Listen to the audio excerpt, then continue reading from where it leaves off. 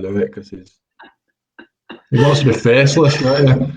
Yeah, good evening and welcome to Rhubarb Radio Sport Live, sponsored by Arriva for all your transport transport needs in the Wakefield district.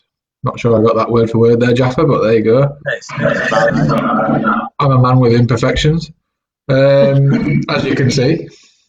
So yeah, we've got a couple of things we'll talk to you about tonight. Hopefully throw some fun in at some point along the way. We've got topics. Well, one thing, we'll just first of all introduce everyone. Might as well. We've got Ben, who I believe is the top right of my screen. We've got Emma, that should be obvious, which one that is. And then we've got Jaffa. He's the baby-face looking. Looks like I've worked today. First time I've been called babyface for a long time. See, you're not like me. You haven't let yourself go yet in lockdown, Jaffa. I feel like I have. Trust me. So yeah, we've also got the temperature of Emma's sweaty palms. 36.6 degrees C is the current temperature. So she's a healthy human being. I'm led to believe. I'm sure we'll have to keep an eye on that. I'm sure there are some illnesses out there that don't raise your temperature. There must be.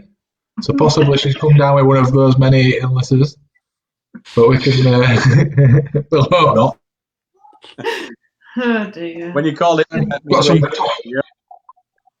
well, yeah, we're going to call it Midweek. Midweek Mayhem is the title. It is Mayhem as well. There's absolutely no structure to this whatsoever. So off we go. We'll kick off. First of all, I'm going to bring up a topic that we haven't spoke about before while we were thinking of topics. Did anyone watch Michael Carter on the 4020 podcast? I only saw he was like, yeah, he had a lovely looking forehead, didn't he? And a hairline that he's probably going to be me in 3 years. I just hope I get the tan as well. But so did you listen to it all, Emma, or just a bit of it? I didn't watch all of it, to be honest with you. Because I kept wanting to put sarcastic comments. What was the general gist of it, Adam? I suppose in any way we're kind of what everyone's kind of saying and talking about in terms of coronavirus and taking a common sense approach, whatever common sense approach means. But I think it was just a kind of an array of different scenarios in what we could be looking at in terms of how to get the game restarted, the financial implications in the future. I think the only thing the first game should be Feather Challenge Cup, and then let's get it done. Yeah, that'd be pretty good. He reckons Wakefield have got only £3,000 owed to creditors, which he said was fantastic, really, and that a lot of people, well, most other professional clubs wouldn't have that figure at all, and and it was interesting because he was saying that it might actually affect Wakefield because there are more outgoings, which kind of got me thinking, do we think it will affect bigger clubs? And if it does, will we see some form of almost a reset of the league in terms of who are going to be the clubs that are competing? Will we see a marked change in that in the short term? What do you think? It could make a bit more of a level playing field. They had a lot of praise for clubs in the bottom of the leagues because what his point was that because they don't have a lot of outgoings and a lot of players, obviously they're on furlough, but they're on part-time contract, and I think some of them won't actually have the contracts or have to be paid for their actual rugby league side of things in the current predicament. So saying that it actually affects Super League clubs probably maybe a lot harder in some ways than some clubs in other leagues. I thought that was quite interesting. I not thought of it or looked at it from that. Don't know about you guys. Because their outgoings are generally higher than some other clubs. I get what you mean. I suppose. I suppose the short answer is at this point in time, no one really knows, do they? It could be, it's a case of wait and see. And think I'm right in saying that probably no club really had a contingency plan for this sort of thing. So I think they're all, like you say, sort of managing it, almost playing it by ear. And I think Michael Carter's probably right in what he says. From the clubs that haven't got as much out of pocket to creditors or aren't as reliant on having to pay things are probably in a better position. My question would be for teams such as Salford or Wigan even who don't own their own stadium. Are they currently having to pay that lease? Because I'd imagine that's a big chunk of their outgoing. That's something that Wakefield now, they don't have that millstone around the neck, do they? And that probably really helps them. But I'd imagine that's if they're still having to pay that with in effect nothing coming in, nothing to see for it. I could see that being a really big issue. Yeah, he did mention about Wakefield's purchase of the stadium having obviously alleviating some concerns in fact stadium, and didn't own it. Sorry, they would have to pay the rent. You think people like Dave Whelan, who I'm not sure, I'm guessing it's Dave Whelan who owns the stadium at Wigan. I wouldn't know. Yeah, well, it's under the football club, isn't it? You'd think he'd be deferring it then, because he's got a lot to do with the Wigan Warriors club, hasn't he, as well? So. Probably in his best interest as well to get a tenant back at the end of it, isn't it? Yeah. So moving on then.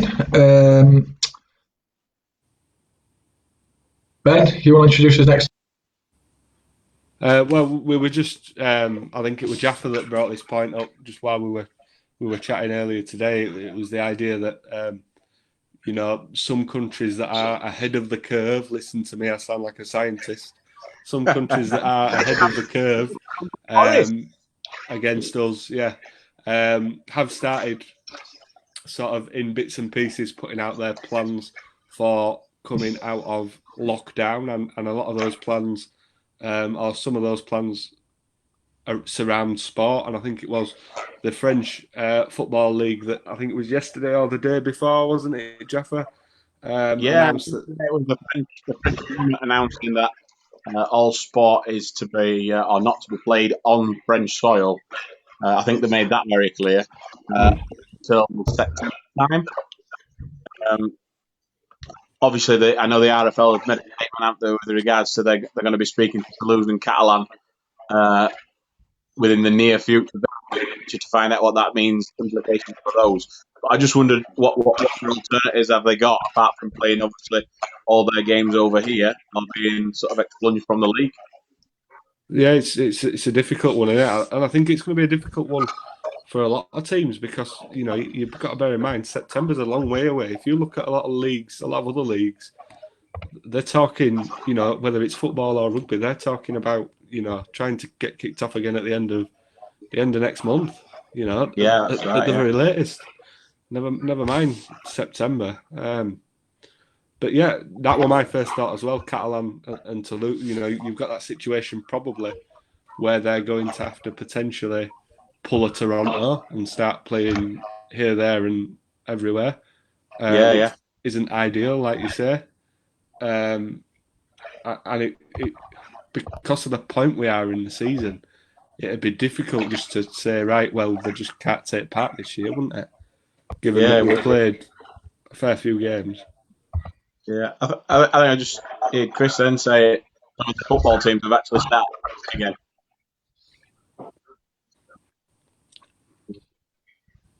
But it's an odd one, isn't it?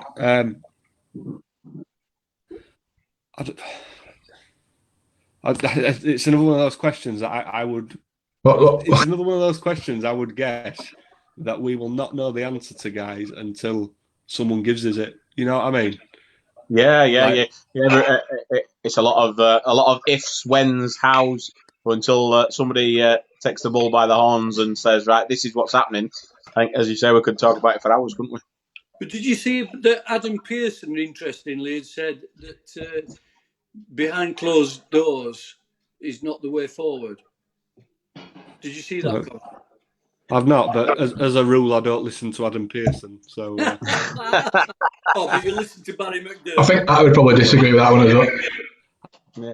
I think Michael Carter would disagree with that one as well, to be honest with you. Did he say I think, well, a lot of it rests on, I think, well, Rugby League's relationship with Sky, or Super League, should I say, his relationship with Sky Sports. I think they've got fulfilments to be made in terms of contractual obligations, but also you can't have people at games. So what is Adam Pearson exactly putting forward as his alternative? Yeah, it's all right saying alternative from Sky to broadcast it, or maybe for clubs to stream it as well. Well, do you know, I will choose my words carefully. The comments that I read made Adam Pearson sound like a Luddite that was almost like he doesn't believe there is such a thing as a pandemic going on, and he just wants everybody to get back to it like now. Oh, right, he's one of those, is he? He's very much take it on the chin. Yeah. Just get on with it. I wonder if his parents are still alive. Because I think it's due to have one. If it's only affecting other people, but when it hits them directly, I think he might have a different perception. Christine, my wife's in the other room. She might have something to say about that, but there you go. Yeah. Moving on from Adam Pearson.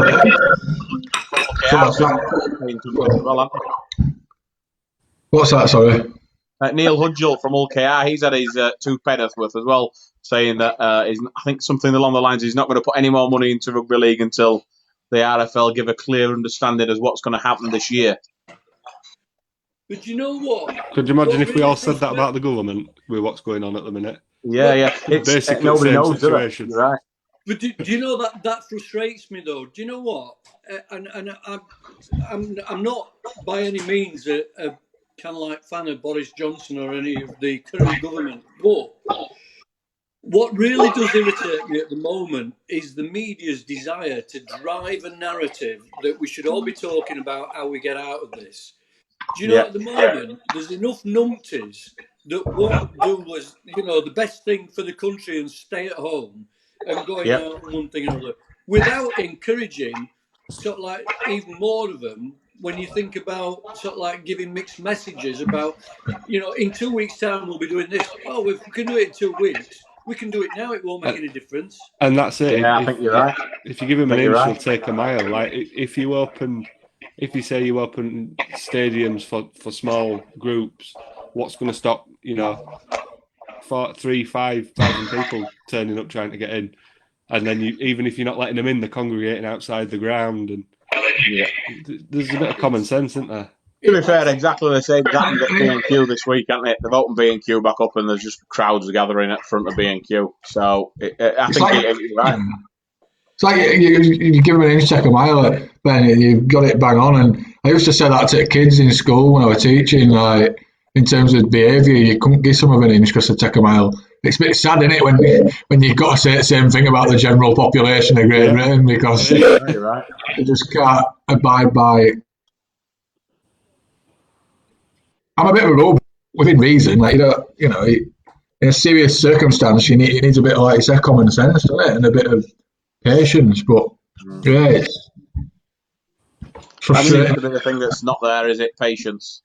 I mean, I'd flip it on its head for a minute, Adam, and go back to the point that you made to start with, in that the relationship with Sky Sports gives Rugby League a potential springboard here to actually something positive to come out of this. Because if we're this, I doubt we'll be the first sport back up and running. That looks like it's likely to be the Premier League, but their season could finish really quickly. If we can then be the second sport up and running, given the fact that there is nothing else going on in the world at the minute, the RFL, in my mind, or Super League, or whoever it is that is pushing the rights, should be going, look, we're the only thing playing. Put every game on the TV. Yeah, and again, that's kind of what Michael Carter was getting at. He was saying, not almost like we need to take advantage of it, but it's a situation that could actually benefit Rugby League if we look at it in a positive way, and we take advantage of this Sky deal and say we've had a good relationship for X amount of years. how much? Let's talk. He said, let's talk now. Let's talk contract financial details. What would you give us to, or the competition and the clubs, to keep this going? I think that is what needs to happen, isn't it? I don't see any other way. But what? I don't know really. It's is there not a way? I mean, there's no other way, is there? So that for me, it's not really a debate. Technology must be there. I think the worry is that playing behind closed doors does not help the clubs financially. That's the main issue I think the chairman have. But surely with Sky, is there not a way, and they've done it with championship games and stuff like that, to have every game. Is the technology not there to have every game televised and say, if Wigan's your club, you can pay a tenner to watch the Wigan game. If Wakefield's your club, pay a tenner to watch the Wakefield game. And, at least... Technology's got to be there to do that. Almost create that gate receipt. Yeah. And the money goes to... No, but to be fair, that could be a lot easier. Like, the technology is definitely there because... what you can do is you can just do double headers, triple headers, a bit like Magic Weekends. You can have, you only need the same amount of Sky cameras there. You only need the same studio there, really. Yeah. So it can be done if it's neutral venues, and that's what they do. Then that's what they do. I suppose potentially the only issue with that. But for me, there needs to be something happening. Potentially the only issue with that would be where they'd stand on, the license belongs to Sky. They'd have to get their permission to then sell individual games off that aren't on the Sky, remit and brand of what's going out. And I'm sure that's what they'd have to discuss in these discussions, but I'm sure an agreement would be made for both Super League and Championship. They have to come up with some deal that honours Sky's contract, but at the same time gives the Super League clubs a lifeline in terms of an income. There has to be a balance, and the can't,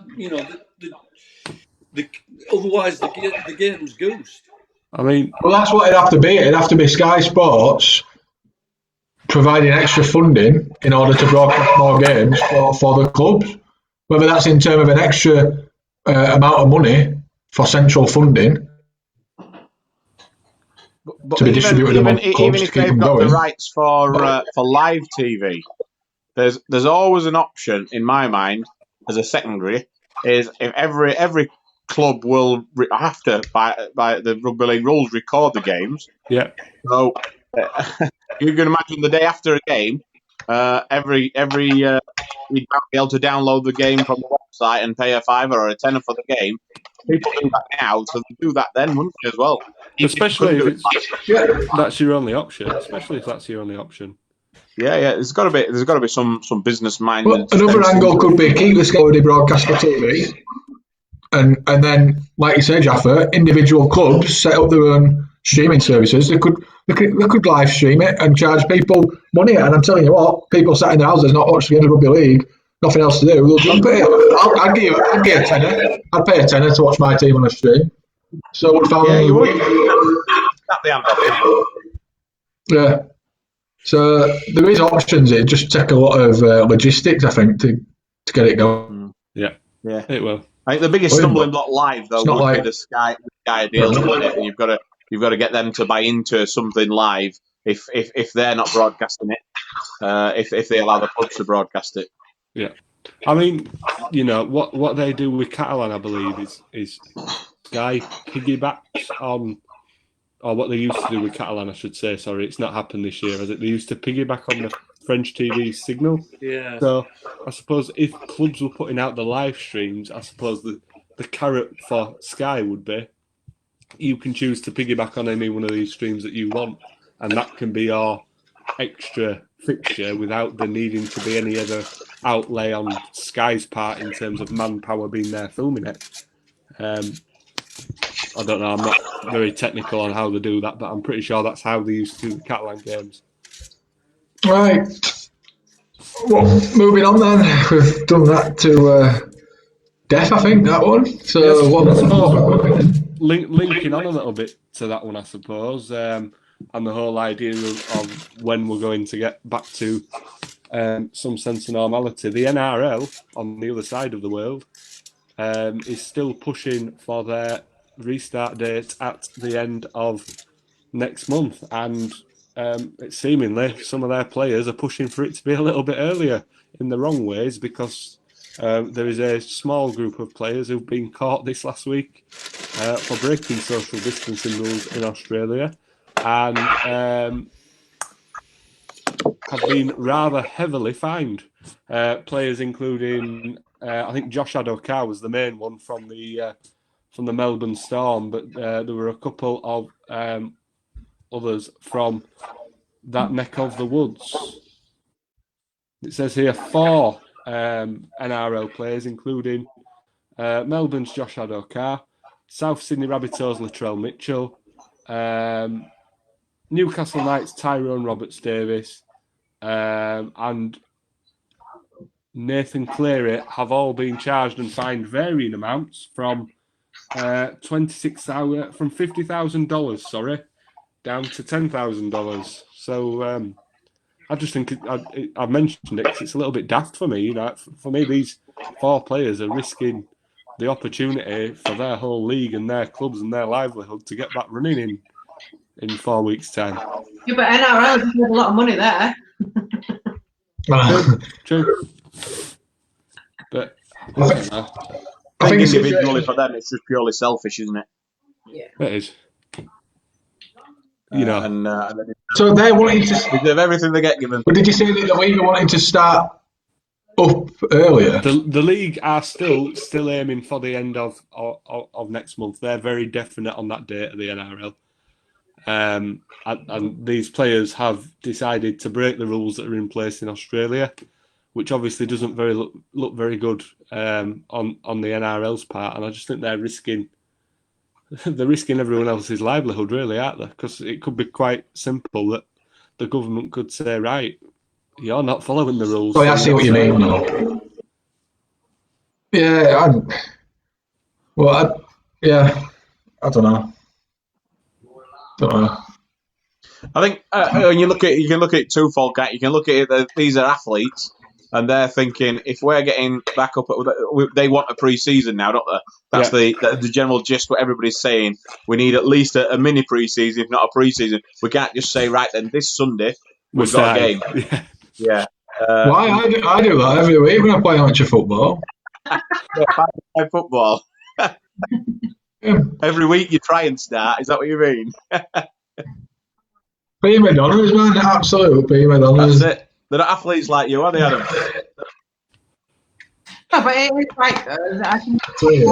The very fact that they are athletes should make it easier for them to do I it. think so, wouldn't you? Go on, Emma. You can't just suddenly make them like play next week. They need to train together as well as individually. They're never going to be able to get the same amount of strength and conditioning if they're at home or trying to train in the absence of their compadres. I mean, I know that there's a sort of an adapted way of training, and certainly they can try that, but you're risking injuries, aren't you, if you ask them to go back without having any kind of run into it. We wouldn't have pre-seasons if it was just a case. If you could just get going like that, yeah.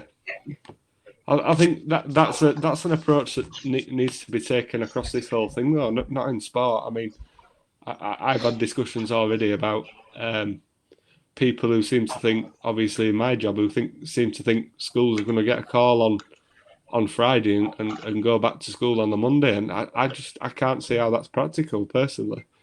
I'm sure in your line of work, Jaffa, you couldn't see all the buses being up and running like that. Everyone back doing absolutely everything as if nothing's happened for the past sort of 3 months or whatever it's been.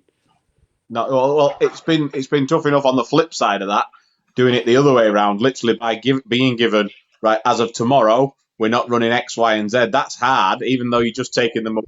Yeah. So to actually get them back up and running, I mean, to me, like in an industry like ours, you're talking probably 4 to 6 months easy to get it back to where it was.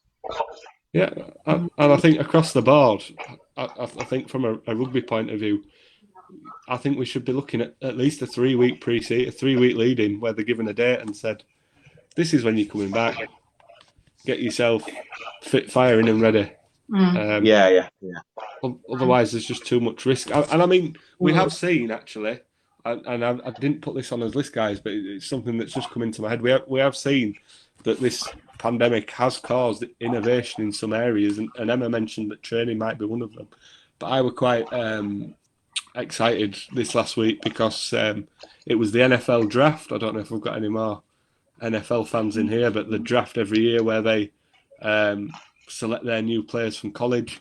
Obviously, that's been very difficult this year because they've not been able to do the combine and the pro days and the things that they normally would do because they're large gatherings of groups. And for the first time, actually, the NFL draft was carried out much like we're doing this today. It was carried out via video link with 32 clubs. So there's opportunities for innovation.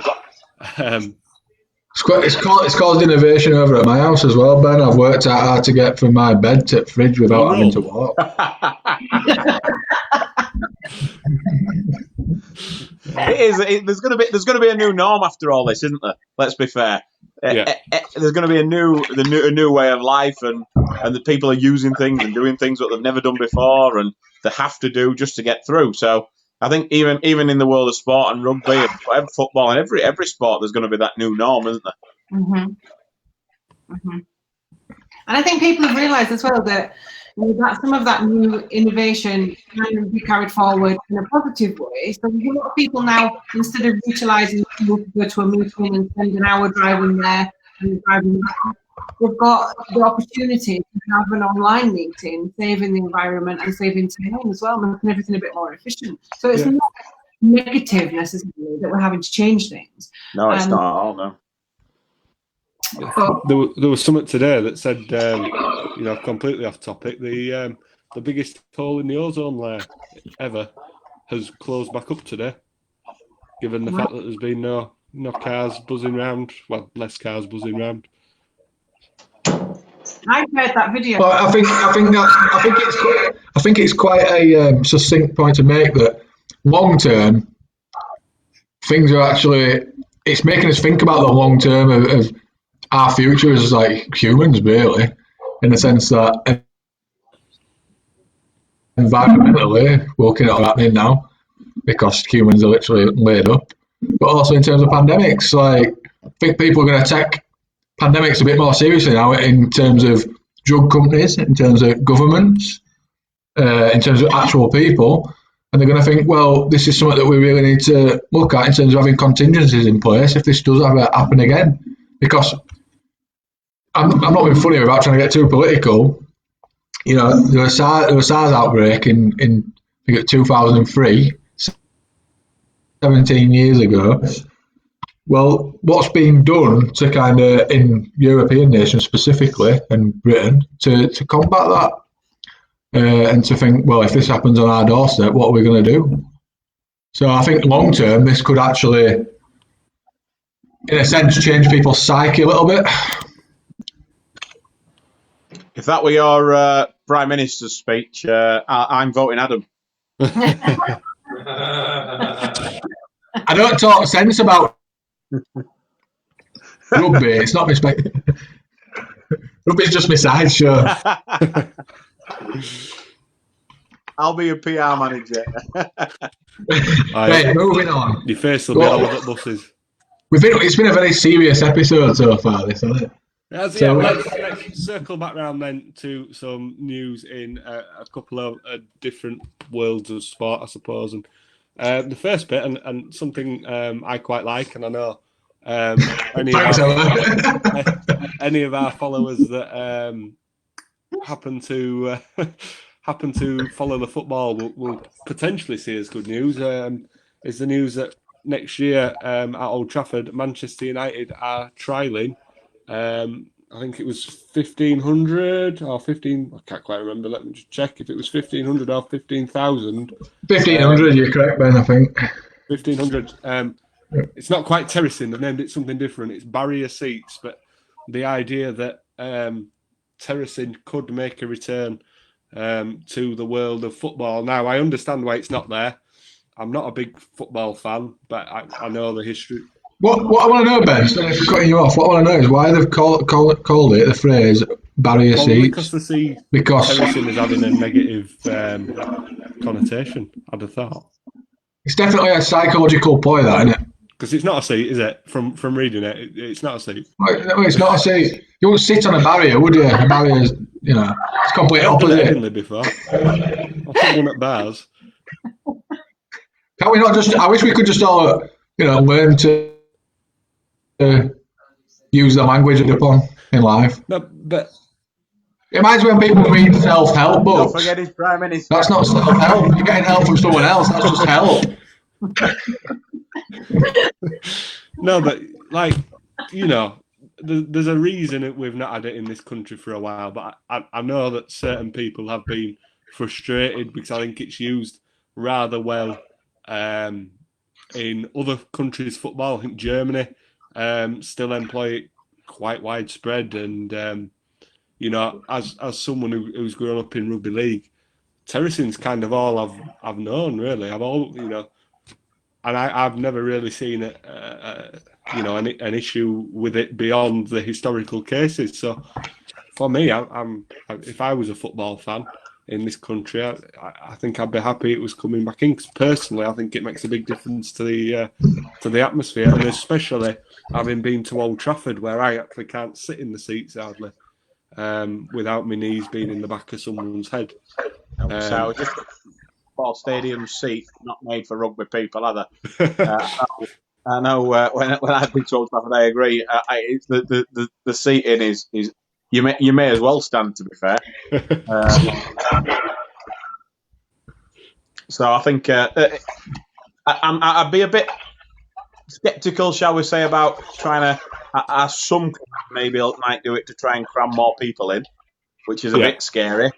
But I think it's done safely. But they won't be able to do social distancing with that, will they? No. I'm a little bit surprised. I don't know about any of you guys that know a little bit more about football than me, but I'm a little bit surprised that it started straight in with a trial at the top. I thought, they'd be more likely to start somewhere a little bit further down the leagues. I think some of the non-league clubs have standing areas, don't they? So it's not unnormal, shall we say, at that level. Right. Even into the conference, probably. Do you think the argument is they need to see what it works within a stadium that within is a stadium rather busy? Yeah, I think so. I think that'd be the idea. But again, you could always say you could do that in League One or League Two, probably, couldn't you, rather than the Premier League? But yeah, the great thing about standing as well, or terracing, or this seat barrier, or whatever it's called. Whenever I go to a stadium and you're walking down aisle of chairs and you're sat right in corner, at least you know that if it's terracing, you can have 10 pints and you don't have to go up and down 5 times to go to the loo and disrupt everyone. Because it's just a nightmare. Well, that terracing so I'm all for it. I think it's something interesting to watch, and then the argument, I suppose, if it works, will be how quickly they roll it out across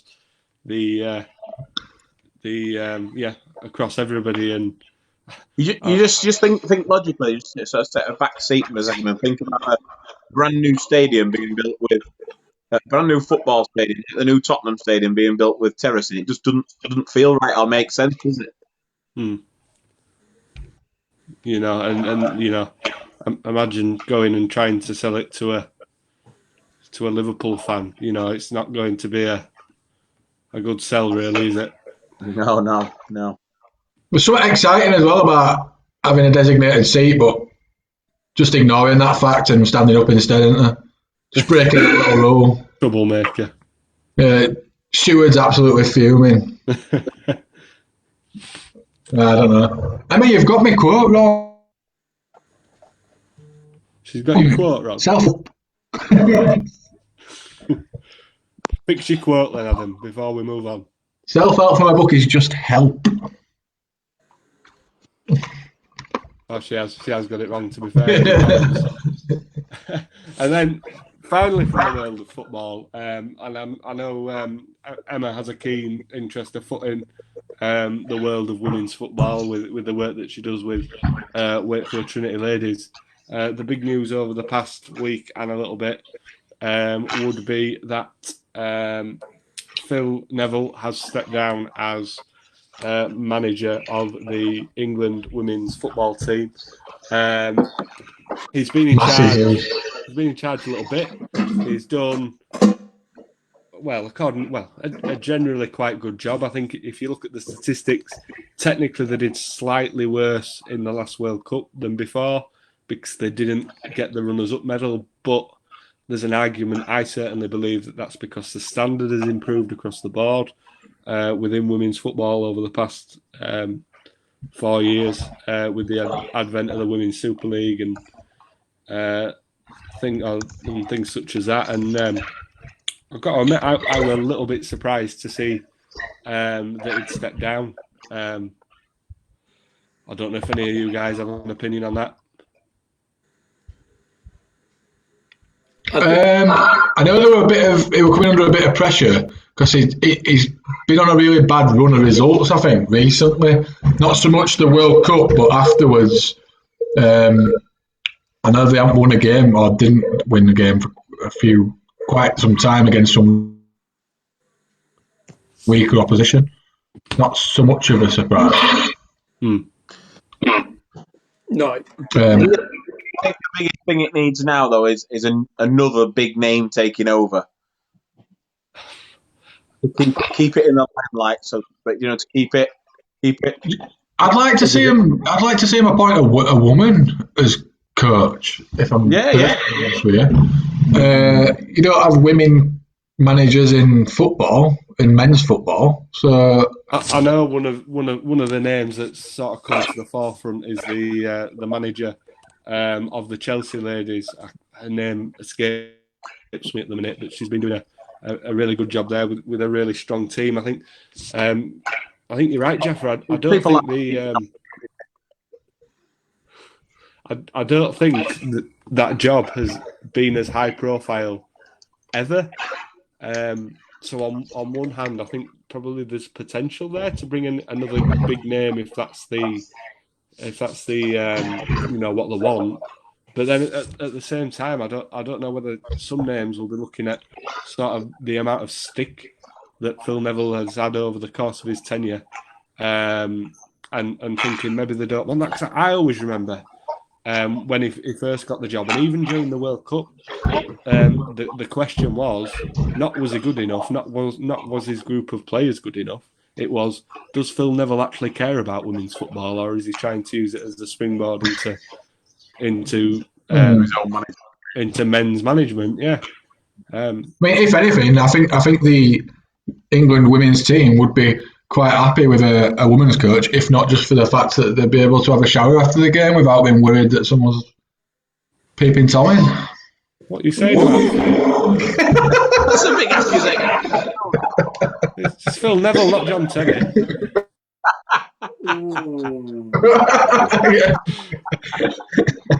Strip that Adam for PM, he's lost it. all I'm saying is that, some people have got a wandering eye. God. Adam for England football coach. Adam on being Rhubarb Radio's Gary Schofield. All I'm saying is that I'm going to put myself down for the shortlist for the job.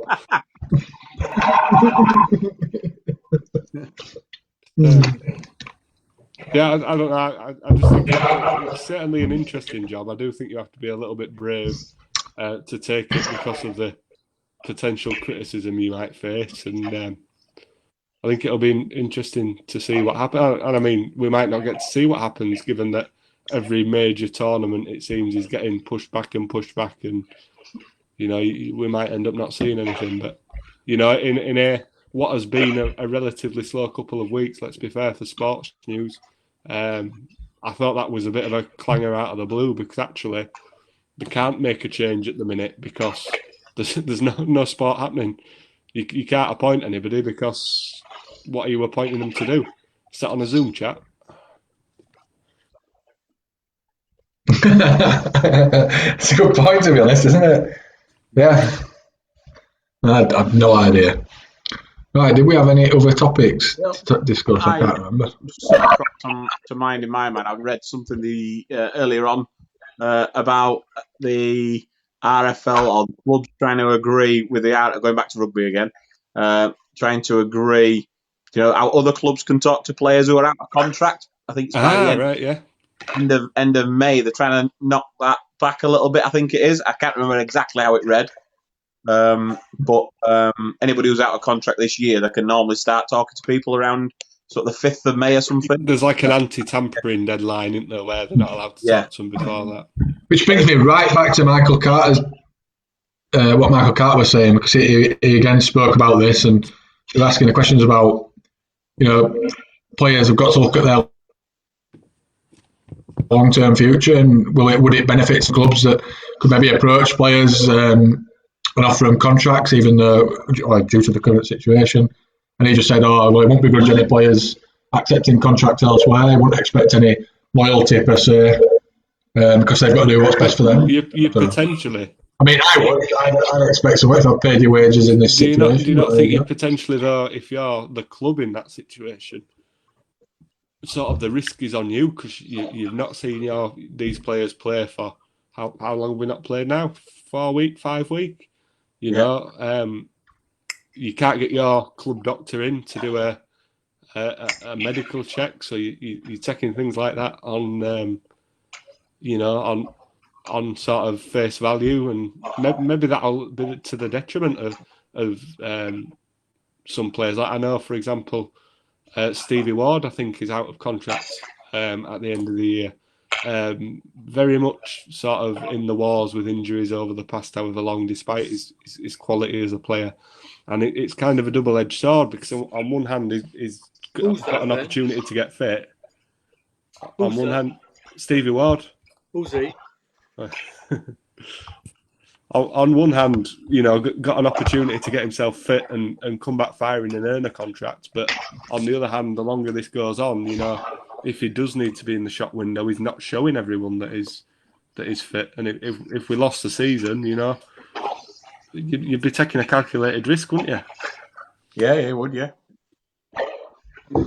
Yeah, it's a fair. There's also point, Ben. It's a fair point. I'm sure there's ways around it. But don't forget that clubs have to send to their players saying we're going to keep you. If they've come to their end of the contract and what have you, they've got to show that they're either being released or they've been retained.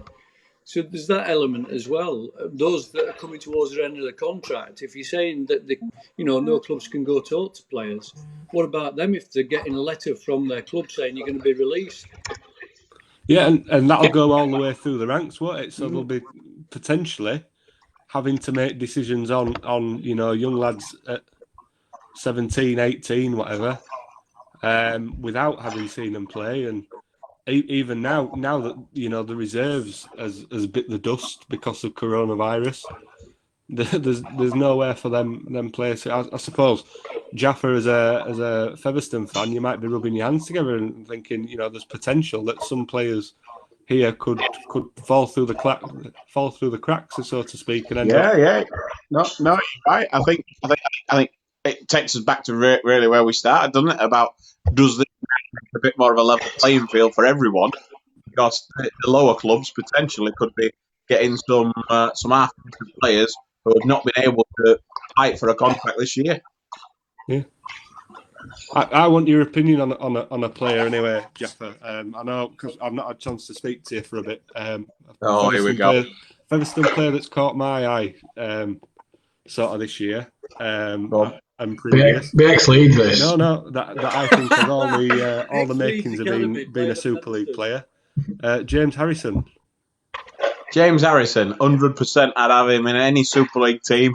I've got to admit, when we first got him at Fev from Batley, we got him and Brad Day at the same time. Good player, Brad Day. I played against him. And my honest opinion was, we've got two players there who, they're probably good, half-decent championship players, but it didn't fill me with confidence, if I'm being honest.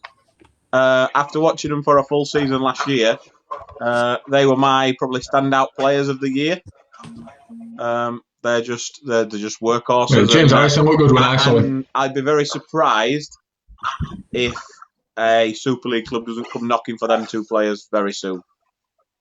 And again, that might be a risk that, speaking of risk, that Super League clubs decide to take, because these are players that they can sign on lesser money, so to speak. There's been a lot of good sort of success stories over the last couple of years, like Daryl Alfords, etc. So there's the guy at Swinton now came from. Guy at Warrington now at fullback. Matty Ashton. Came from through the ranks at Swinton. Done really well at Swinton, and kind of think he's injured. This all There's definitely a lot of untapped potential down the Championship. I think more than ever as well. I think that's the most. It were probably that it was shaping up to be. I thought last year's Championship, it's been shaping up to be even better this year, and now we've had this big halt to it. I wonder what the scouting. I mean, like I said, I couldn't tell you because I'm not involved in a club, but I wonder what the scouting systems are like in Super League, and to the extent in which they draw any parallels from football. Because I know with football, obviously, scouting systems are so extensive. I'm wondering. I don't know if either of you can give me any idea about that, but there seems to be a lot of untapped potential that gets missed. Yeah, I think the biggest problem with that, though, is reserve grade. Because reserve grade rugby has not been like it used to be. And I think it should be reserve grade rather than a certain age. Because there is people who, generally in rugby league, when you get to the 2021, if you've not been tapped up, there's not much hope for you. Whereas a reserve grade, as in open age reserve, gives more potential for people getting in later years. So probably all we're seeing, these players that we see come through a little bit later, are just the players that weren't quite physically ready. Needed experience. Robertson, coming through. I know in James Harrison's, experience, because I only worked this out recently. I used to work with him. Right. He was at Bradford, I believe. Ended up not staying on at Bradford. Yeah, I think he got released from Bradford as an academy player. I think. Yeah. Did he went to? Yeah, I think it was the first Bradford implosion, if you will. And ended up at Batley. I had a good go at it at Batley, and I'm not surprised given the size of him and coming down that hill, to be honest with you. And then he's really kicked on there from Preston, and Matty Ashton really good. But there's examples all over the place, isn't there? There's guys who just need seasoning. I think, especially halfback wise, you only have to look at the likes of Liam Finn and Luke Gale. They just needed that time to hone their game, and that's why, again, linking it back to his original point about Featherstone, that's why I'm so happy about young Callum McCullen getting so much game time at Featherstone. Outstanding last year, and seeing him this year at the side of Chisholm before all this happened, I think he's a massive potential. He's going to be a big player in the future. Go on. I was going to talk about what's on the screen, and Robert says, should bottom clubs get first pick like NFL? I'm not sure what that's in reference to be honest with you. I think that's out of contract players. In the NRL, I think what their general gist. No, I think it means the draft like NFL, American football, where there's a draft and they get the pick of the academy players. Well, I think, in an ideal world, I think they see it as a level, don't they, in America? And it certainly is the case that their sport seems to be a little bit more secular, and you get sort of teams from the bottom being able to drag themselves up in a shorter period of time because of it. But I think the issue How would that work then? Because does that take the kind of decision away so from the basically player? How it works is in America, in American football, you can't play professional American football unless you've played, I think it's either 2 or 3 years at college level.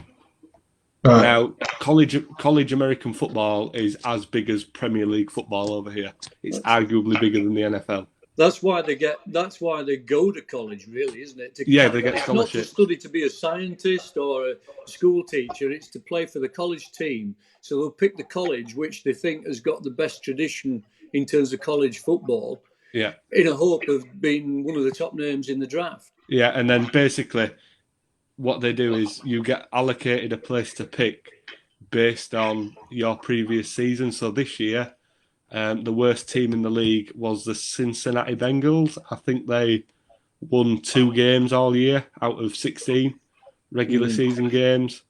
And they got the first pick.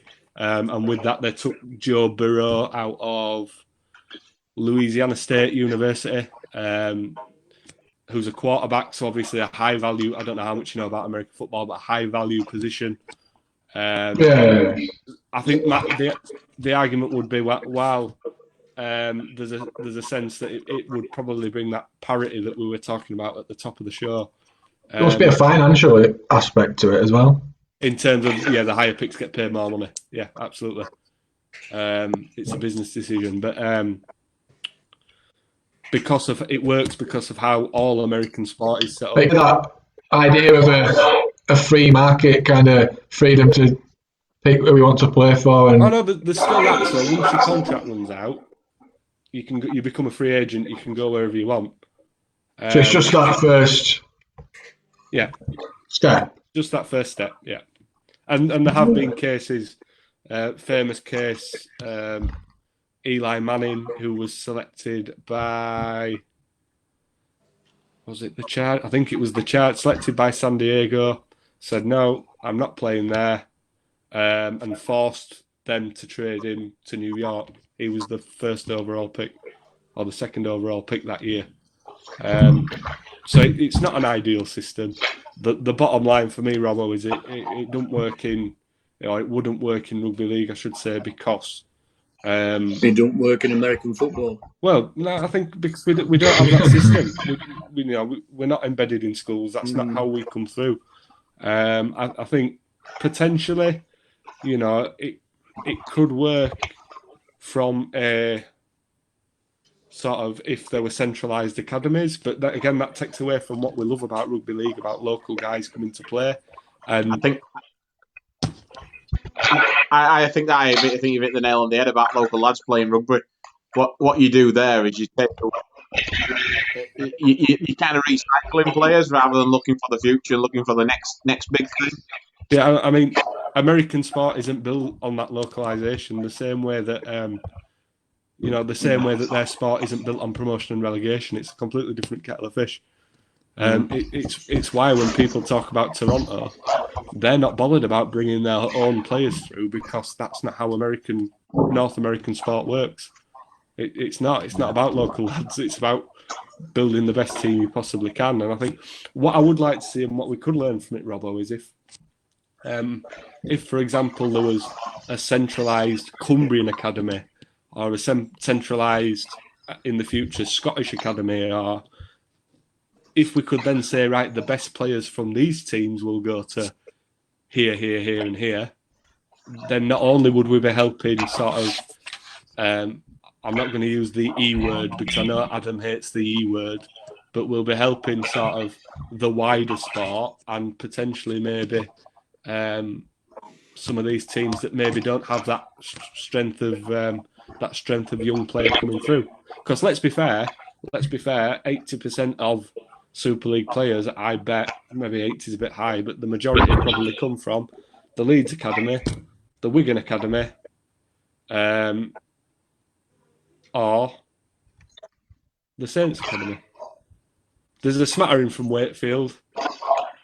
Name me a load of Warrington Academy players who play every week. Name me a load of Cass Academy players. Cass have got a couple, but not a load. you know, the workload at the minute is on certain academies, isn't it? I don't know. I mean, I always used to think if you look round Super League, there was a lot of lads that had come from Wakefield scattered around different clubs. And I used to think, what a team Wakefield would have if they'd all stayed rather than gone hunting trophies and money, you know. But I think your problem is that we've got a distorted perception of where players come from these days at a young age, because nowadays they get picked up at, they'll be playing for a Wakefield academy from 10-year-old or 12-year-old or whatever to get poached at 16. They'll get snapped up by Wigan at 14.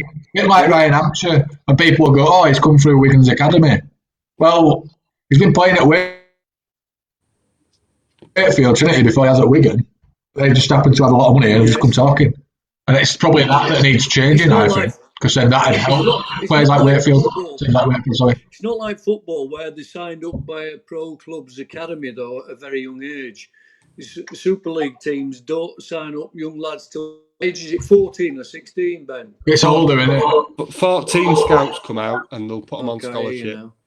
I think this is how it used to work. It might have changed a little bit. But 14 they come out for scholarship forms.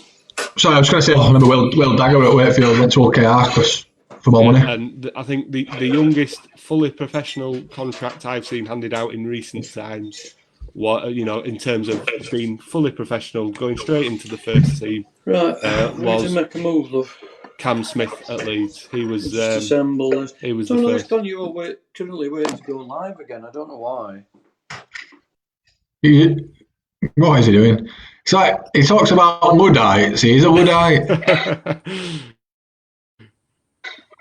Anyway, before how do you keep local players at your local club? Oh, that's an interesting one, isn't it? I think the biggest thing about keeping local players at the local clubs is trying to make some kind of level playing field for everyone to have an opportunity, shall we say, at the big time and at the big events, the big trophies. But unfortunately, we live in a world where money talks. We've already talked about that, haven't we? Yeah, I mean, success helps, money helps, and I think. So, like we've just said about the NFL law to help keep players or the better players in the bottom teams, why could the RFL and Super League not implement laws to stop that from happening? And say, right, if you have a young player that comes through at this academy, you cannot leave until you have made X amount of first team appearances. Because someone like Max Jowett would be waiting forever. Well, he won't be. It won't be though, would he? Appearances when he was about 4 seasons ago. Yeah, but I think you've got a point, but I think you've also got the flip side of that, which is if you've got a kid who's doing really well, are you holding him back because you don't want to lose him, so you're not going to give him them first team appearances? Then there's no point having him if you're not going to play him. Or what if you get relegated? Yeah, he doesn't get his chance. Well, obviously there should be I can't say. Yeah. Obviously, in contracts about stuff like that. Like every contract, professional players have got like relegation clauses and stuff like that. So I think there could be some way of making it a bit more flexible, but it doesn't have to be as rigid as what I first said. But maybe there is some way that we can introduce something like that. I don't know. I think to be fair, and that's the fight is to be had at this sort of tidbit poaching that's going on at 16, 17.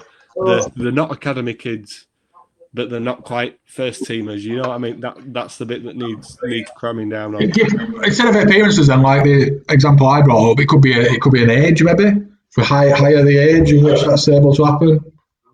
Yeah, I do think something does need to be done though. I think we're right because if you look traditionally at the most successful teams, they are the teams that have a strong core of local. Chris, you need to stop talking. We can hear you in the background. Luddite. Come on. Yeah, I'm just saying, the successful teams, they've got that core, haven't they? And like your dad said with Wakefield and the core of Wakefield players, what I've seen they'd have had. I often do the same with London. If you look at the players that have come through at London over the years, if they'd have kept hold of all of them, we wouldn't be worried about the game down south because that team would be strong and it would be competitive week in, week out. And this is the thing, it would help. I think in a way we're letting money dictate the welfare of the game and improving teams that could be improved otherwise. If you could have that. You could have people coming from Australia on mega bucks when that money could be going into raising our local talent and making them into that next big thing. Yeah, it's short-term gain at the expense of long-term thinking, isn't it? It is, yeah. And I think unless you have a centralised body, right, you cannot do that, and we are going to put this in place, I don't think anything will ever change. No, I agree. I know we've only got a short time left, about 2 or 3 minutes or so. I did put together some Who Am I's if you want to have a go at them. Go on then. Let's have a crack. Go on, yeah. I know who you are, Prime Minister. Oh, God. You flatter me, Jaffa, you flatter me. Hey, I know how to get to you. I'm blushing. Go on then, fire away. Should all get it. Who am I? Kevin Sinfield is the current top point scorer in Super League of all time, but who is second?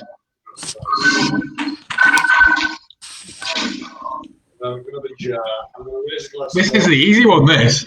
Oh, Jesus. I've got some clues as well if I need to lead you along the garden path a little bit. Give me one clue. No more obvious. So one clue is in my career I have played for Hull FC. All right. Have a good evening. Stay safe. Protect the NHS.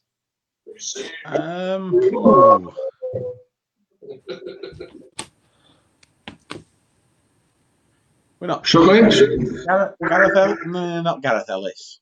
Top point scorer. What? Oh, boys, you're letting me down here, girls and boys, you're letting me down. Is it Danny Brough? Hey, finally, he's got it. Danny Brough. Oh, Danny Brough. Wow, yeah, wow. So my next the thought process I went through for that, I went Paul Deacon, and then you said, no, I played for Hull. I thought Paul Deacon. Paul Deacon third. It's Deacon. I knew Deacon were up there, and then I went, right, he played for Hull, who kicked goals, used to play for Hull, played for a long time. I went Danny Tickle. And then I thought he was never that good, and he never played for that many good teams to be kicking a load of goals. So yeah, must have been Brough. So second one. Yeah. This is hard, is it? We'll see if you can get it. Who am I? I played Bradford, Hull KR, and Sheffield, and made a total of 279 appearances and scoring 42 tries. Bradford, Hull KR, and Sheffield. New Sheffield or old Sheffield? Sheffield Eagles.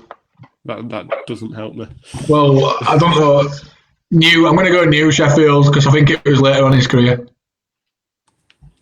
Sheffield. In fact, I know it was later on in his career. Sheffield, Bradford, and Hull KR. Yeah, it was where he retired. Was it in the order of Bradford, Hull KR, Sheffield? It was, yeah. Give you another clue. I played for Great Britain once, one appearance.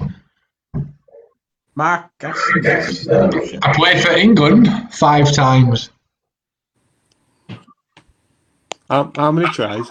I'm running out of clues here. I've only got one more clue. Go on, give your last clue because I've not got. I went on to coach at London Broncos. Danny Ward. Ian Henderson. No. If you think who might be associated with Danny Ward. Henderson. No. Oh, Jamie Langley. Correct. Yes. Ben, on fire. Well. I'm going to tell you this. James Green also played for those 3 clubs. Jamie Langley. Who did?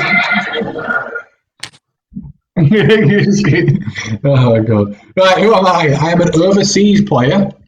I have played for Wakefield Trinity and Leeds Rhinos. Ali. I started my career at Lawatiti. Lawatiti. No. Further clue: I have represented Papua New Guinea 16 times. Oh, Paul Ayton. Well done, Ben. Ben, you're showing Emma and Jaffa up here, then. Yeah. One more, then. Last one before we've got to I go. think we've only had 3 Papua New Guinean players, so that wasn't that hard. Who am I? I made my debut at Brisbane Broncos and played 31 times. Scored 15 tries for New Zealand Warriors before moving to Super League. Andrew Johns. No. I represented the Exiles twice in 2012 to 2013. So, can I have the first clue again? Because I didn't hear it. I made my debut at Brisbane Broncos and played 31 times. I then scored 15 tries for New Zealand Warriors before moving to Super. But I tell you what, he's good in this guy. He's good. Who's that? Joe Moon. Joel Moon. Wow. Joel Moon. We're just letting him win. We're just letting him have a. Yeah, his head's going to be extremely big. Well isn't done, it? Ben. Well Bigger done, than it is Ben. now. We'll get Ben for Prime Minister now. Of the RFL. Like, them buffets must be good if Nigel Wood's out to go by. That's all I'm saying. I wonder if it'll take you to get that fat, Ben. Depends how good the buffet was. A long time. Judging how many weeks off I've had, maybe another 5.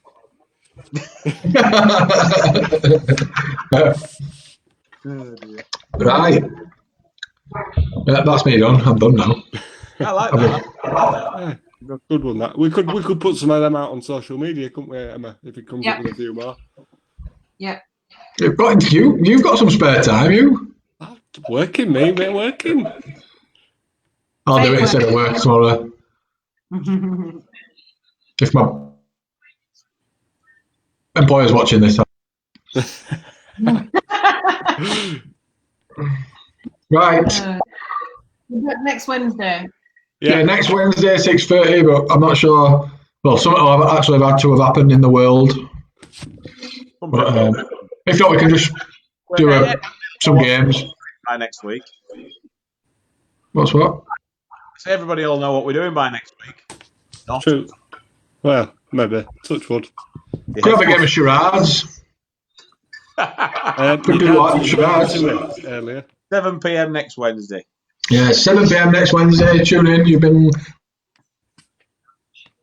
watching Rhubarb Radio Live, or Sport Live, sponsored by Arriva for all your transport needs in the Wakefield district.